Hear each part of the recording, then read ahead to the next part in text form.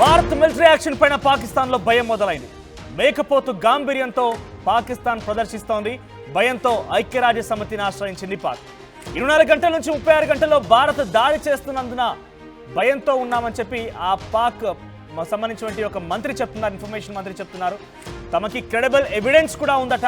పక్కగా తమకున్నటువంటి ఇంటెలిజెన్స్ సమాచారంతో పాకిస్తాన్ పైన భారత్ ఏ క్షణంలో అయినా కూడా 24 గంటల నుంచి 36 గంటల్లో దాడి చేసే అవకాశం ఉందని చెప్పి ఆయన మాట్లాడుకొచ్చారు. ఇక యుఎన్ చీఫ్ గుటెరెస్తో ఫోన్లో మాట్లాడారు పాక్ ప్రధాని Shehbaz Sharif.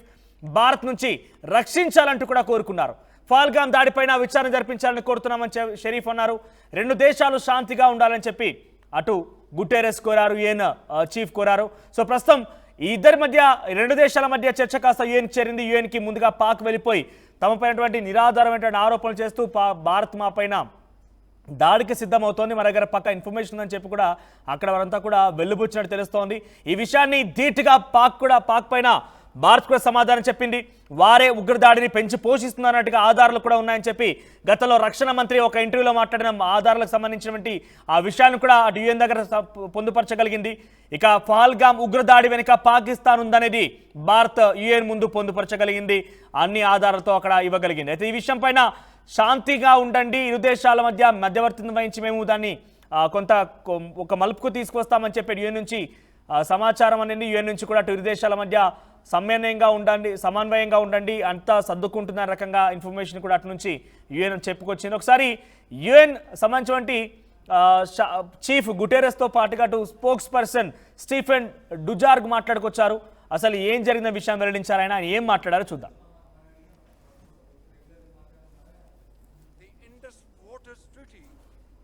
Would be responded to with full phone calls. This morning he spoke separately by telephone with Mohammad Shahbaz Sharif, the Prime Minister of the Islamic Republic of Pakistan, and he also spoke earlier in the day with Subramanyam Jaishankar, the Minister of External Affairs of the Republic of India.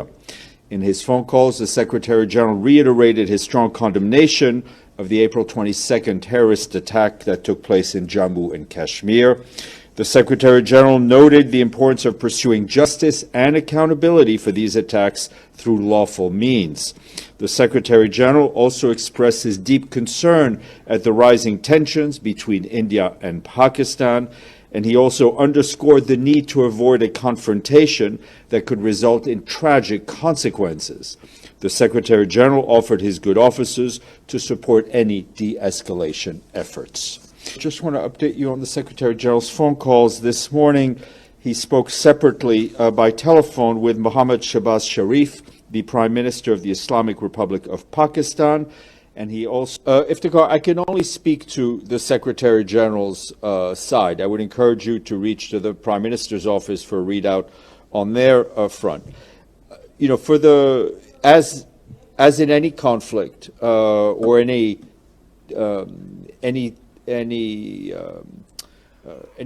Pak ప్రధాని షహబాజ్ షరీఫ్ తో phone లో మాట్లాడాను. ఇదే విషయాన్ని అటు జైశంకర్ తో కూడా అంటే ఇండియాకి సంబంధించిన ఎక్స్టర్నల్ అఫైర్స్ మినిస్టర్తో కూడా మాట్లాడుకొచ్చాను.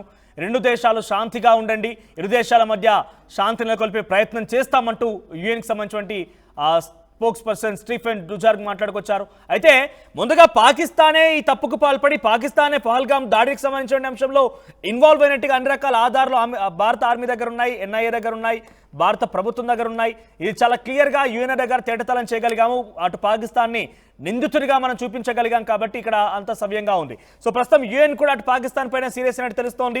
ఈ ఘటనకు సంబంధించి డెఫినెట్గా దురదృష్టకరం, శాంతిగా ఉండండి, అంత సద్దుమణుగుతుంది, విచారిస్తామని కూడా చెప్తున్నారు. ఇక షహబాజ్ షరీఫ్ చేసిందంతా చేసి ఇప్పుడు మళ్ళీ వచ్చి విచారణను ఎదుర్కొంటాము, విచారణకు సిద్ధంగా ఉన్నామంటూ మాట్లాడుకొస్తున్నారు. షహబాజ్ షరీఫ్ 2 నాలుకల ధోరణి కొంత హాస్యాస్పదంగా ఉంది, అనుమానంగా కూడా ఉంది. కావాలనే అక్కడ ఆయన రెచ్చగొట్టే వ్యాఖ్యలు కూడా చేస్తున్నట్టు కనబడుతోంది. సో ముందుగా సింధు జలాల ఒప్పందం తర్వాత ఆ రద్దయిన విషయం పైన సింధు జలాలు మావి అంటూ సంబోధిస్తూ 24 గంటలు సింధు జలాలకు సంబంధించి కనుక మీరు నీటిని వదిలిపెట్టకపోతే కనుక మేము కూడా మా ఆర్మ్ ఫోర్సెస్తో డిఫెన్స్తో రెడీగా ఉన్నామని చెప్తూనే ఒకవైపు అక్కడికి వెళ్ళిపోయి మేమేమో తప్పు చేయలేరు, మాకు అసలు సంబంధం లేదని చెప్తున్నారు. ఏకంగా రక్షణ మంత్రి ఖవాజా ఆసిఫ్ మాట్లాడుతూ ఒక ఇంటర్వ్యూలో ఏం మాట్లాడుకొచ్చారంటే, మేము ఈ యొక్క లష్కర్-ఇ-తోయిబా సంబంధించిన సంస్థల్ని, ఉగ్రవాద సంస్థల్ని పెంచి పోషిస్తోంది మేమే, ఈ చెత్తని పెంచి పోషిస్తోంది మేమే అని చాలా క్లియర్గా ఒప్పుకొని ఈరోజు దాడి ఘట్టంలో ఇదే లష్కర్ తోయిబాకు సంబంధించిన వ్యక్తులు పాకిస్తాన్ కమాండర్ ఇక్కడ మీకు కనబడుతుంది కానీ చివరిలో కనిపించినటువంటి ఆ దుర్మార్గుడే ఏకంగా పాకిస్తాన్ ఆర్మీలో కమాండర్గా పనిచేశాడు హషీం మూసా. సో హషీం మూసా అటువంటి ఈ వ్యక్తి అక్కడ పాకిస్తాన్ ఆర్మీలో కమాండర్గా పనిచేసి లష్కర్ తోయిబాకి ఒక ఉగ్రవాదిగా మారిపోయి అక్కడి నుంచి మళ్ళీ ఇప్పుడు టీఆర్ఎఫ్లో కూడా కీలకంగా ఉన్నారు. అంటే టీఆర్ఎఫ్ అంటే రెసిస్టెన్స్ ఫోర్స్. ఇలా పాకిస్తాన్ ఆర్మీ నుంచి డైరెక్ట్గా వచ్చిన వ్యక్తులు కొందరు అయితే ఇండైరెక్ట్గా ఫండింగ్ ఇస్తూ వాళ్ళందరినీ కూడా ప్రోత్సహిస్తోంది పాకిస్తాన్. అటువంటి పాకిస్తాన్ మళ్ళీ యుఎన్ దగ్గరికి వెళ్ళిపోయి భారత్ మా పైన దాడి చేయడానికి సిద్ధంగా ఉంది. భారతదేశం మా పైన 24 గంటల నుంచి 36 గంటల్లో ఏ క్షణమైన దాడి చేయొచ్చు. ఈ నేపథ్యంలో మేమంతా కూడా అలర్ట్ అయిపోతున్నాము, మాకు కొంత ఇబ్బందిగా ఉంది, వాళ్ళు రక్షించండి అంటూ యుఎన్ దగ్గరికి వెళ్ళి కోరుకుందట. కవ్వింపు చర్యలకి ఈ దుర్మార్గమైనటువంటి మాటలకి పిచ్చి పిచ్చి కారుకూతలకి పాల్పడుతుంది వాళ్ళు. ఇప్పటికిప్పుడు మనం చూసాం పంజాబ్ ప్రావిన్స్కి సంబంధించినటువంటి సీఎం నవాజ్ షరీఫ్ కూతురు మరియం నవాజ్ షరీఫ్ ఏం మాట్లాడారంటే పాకిస్తాన్ దగ్గర అణుబాంబులు ఉన్నాయి, ఆటం బాంబులు ఉన్నాయి, మమ్మల్ని ఎవరైనా దాడి చేయాలంటే 10 సార్లు ఆలోచించాల్సిందే, మేం గనక తిరిగి దాడి చేయాల్సి వస్తే చాలా తీవ్రమైన పరిణామాలు ఉంటాయి, పాకిస్తాన్ దగ్గర చాలా పెద్ద ఎత్తున అణుబాంబులు ఉన్నాయని చెప్పి మాట్లాడుతూ ఒక రకంగా రెచ్చగొట్టే వ్యాఖ్యలు చేశారు. ఆ రెచ్చగొట్టే వ్యాఖ్యలు చేస్తోంది వాళ్ళే. భారత్ మమ్మల్ని హతమార్చే అవకాశం ఉంది, భారత్ నుంచి మమ్మల్ని కాపాడని చెప్పి మళ్ళీ యుఎన్ దగ్గరికి వెళ్ళి మొరపెట్టుకునేది వాళ్ళే. ఈ దుర్మార్గమైనటువంటి చర్యకి పాల్పడుతోంది పాకిస్తాన్. ఇక్కడ వీరందరూ మాట్లాడే మాటలు మీరు గమనిస్తే కనుక ఒకరేమో మా పైన భారత్ దాడి చేయొచ్చు అనే భయంతో మాట్లాడుతున్నారు, ఇంకొకరేమో మేము భారత్ పైన ఎట్టి పరిస్థితుల్లో కూడా ఎదుర్కోవడానికి సిద్ధంగా ఉన్నాం, భారత్ పైన ముప్పేట దాడి చేస్తామన్న రకంగా మాట్లాడుతున్నారు.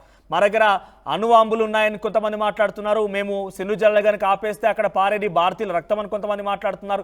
ఇవన్నీ కూడా వాళ్ళ యొక్క రాజకీయ ఉనికి చాటుకోవడం కోసం, పాకిస్తాన్ ప్రజల నుంచి తమ పైన ఉన్నటువంటి ప్రమాదాన్ని తగ్గించుకోవడం కోసం కూడా మాట్లాడుతున్నట్టుగా అర్థం చేసుకోవాలి. సో ఏదేమైనా ఇప్పటికైతే ఎల్ఓసి వెంట దాడులు కొనసాగుతున్నాయి. ఇంకా భారత ఆర్మీ కూడా ఉగ్రవాదం గమనించే పనిలో ఉంది. పాకిస్తాన్ కూడా కొన్ని కవ్వింపు చర్యలకు ఎల్ఓసి వెంట పాల్పడుతోంది. కానీ ఈ రోజు లేటెస్ట్గా ఇండో పాక్ బార్డర్లో కూడా కాల్పులకు తెరలేపింది. ఇండో పాక్ బార్డర్లో కాల్పులకు తెరలేపడం అంటే అది ఏకంగా యుద్ధాన్ని ప్రకటించమన్నట్టుగా భావించాలి. ఎల్ఓసి వెంట చిన్న కవ్వింపు చర్యల వరకు సహించాం, కానీ ఇండో పాక్ బార్డర్ వెంట ఈరోజు కాల్పులు జరిపిందని అంటే ఈరోజు జరిగేటువంటి సిసిఎస్లో క్యాబినెట్ కమిటీ ఆన్ సెక్యూరిటీస్లో చాలా కీలకమైన డెసిషన్ తీసుకునే అవకాశం ఉంది. డెసిషన్ ఆధారితంగా పాకిస్తాన్ పైన వార్ ప్రకటించాలా, ఎటువంటిది ఉండబోతున్నది మొత్తం డిసైడ్ అయ్యే అవకాశం ఉంది. ఇప్పటికే ప్రధాని మోదీ నిన్న అటు త్రివిధ దళాల అధిపతులతో మాట్లాడుతూ చాలా క్లియర్గా అన్ని రకాల ఫ్రీడమ్ ఇచ్చేశారు, ఫ్రీ హ్యాండ్ ఇచ్చేశారు. ఏ డెసిషన్ అని తీసుకునే అధికారం మీకుంది, భారత్ను రక్షించాల్సిన పని మీ పైన బాధ్యత ఉంది కాబట్టి దాన్ని నిర్వర్తించండి అంటూ కూడా వారికి ఫ్రీ హ్యాండ్ ఇచ్చారు. ఈ నేపథ్యంలో ఈరోజు మరోసారి ఇండో పాక్ బార్డర్ వెంట కాల్పులు జరిపిన నేపథ్యంలో పాకిస్తాన్ పైన భారత ఆర్మీ ఎటువంటి విధంగా రెస్పాండ్ ఇస్తోంది, ఏ రకంగా ముప్పేట దాడి ఉండబోతోంది, ఏ రకంగా పాకిస్తాన్ని కట్టడి చేయబోతుందో చూడాల్సిన అవసరం అయితే. ఒకసారి మళ్ళీ మీరు యుఎన్ సంబంధించినటువంటి స్పోక్స్ పర్సన్ మాట్లాడిన మాటలంటే ఆయన ఏం మాట్లాడుతున్నారో చాలా క్లియర్గా మీరు అర్థం చేసుకోండి. ఎందుకంటే ఇక్కడ శాంతియుతంగా ఉండాలని చెప్పి వాళ్ళు వచ్చి కోరారు, మేము విచారణ కోరుతున్నామని చెప్పి పాకిస్తాన్ వచ్చి మా దగ్గర అడిగింది, పాకిస్తాన్ వచ్చి మా దగ్గర మొరపెట్టుకుందని ఆయన చెప్తున్నారు. ఒకసారి ఆయన మాటలు ఏంటో వినండి. Just want to update you on the Secretary General's phone calls this morning.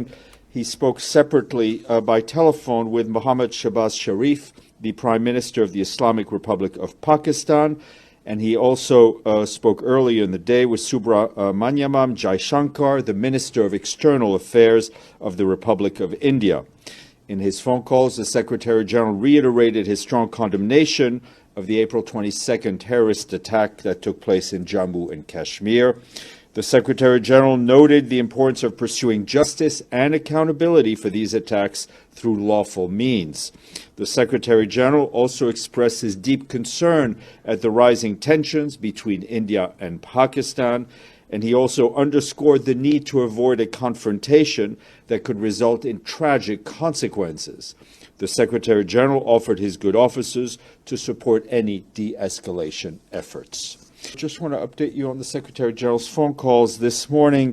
He spoke separately by telephone with Mohammad Shahbaz Sharif, the Prime Minister of the Islamic